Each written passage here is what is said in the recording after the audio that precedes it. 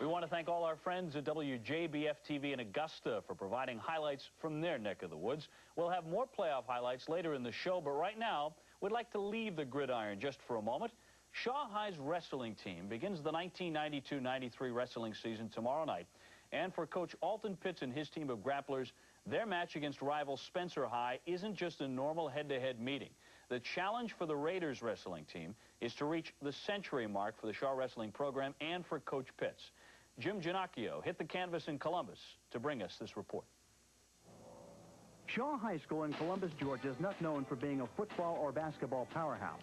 Instead, they have done well in wrestling. Not that so-called professional wrestling that most of us have seen on TV, although some kids, when asked to try out for the team, thought so. A kid comes in and immediately his idea of wrestling is just getting pounded on and beaten on, and a lot of kids initially don't like that idea. And you have to convince them to come out. It's really a struggle sometimes getting kids out, but once they come and once they stay with it and around success, the camaraderie, the loyalty, the goals that we establish, they stay with it. Most wrestling weight classes at Shaw High are for those 140 pounds or less. So this sport really has given those smaller individuals a chance to endure where in other sports they might not have had the same opportunity. I wasn't big enough to really play football or anything, so he said, come out and wrestle. So I said, all right. And I got a varsity position. I beat out one of my best friends for a varsity spot at 103 pounds and wrestled in, and ever since then I've been hooked. Many have been hooked, thanks to the dedication of Coach Pitts. The students say they like his teaching techniques.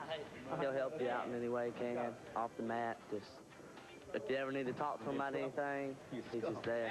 He's hard. He's a rough coach, but he's great. I mean, he's a very good coach. He gets us in shape and gets us knowing all the moves and stuff.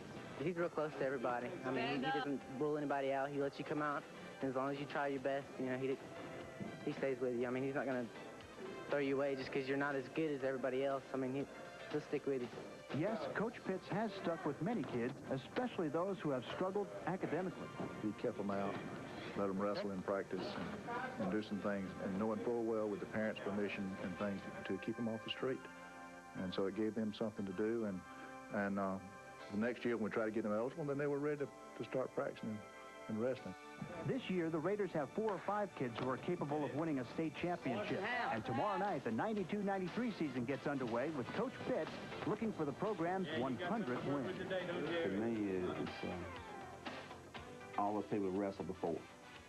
For those 15, 14 years, have been a part of all those 100 wins. The kid that was on that first team that might have struggled and had to lose in the season, that we maybe won 3 or 4 matches.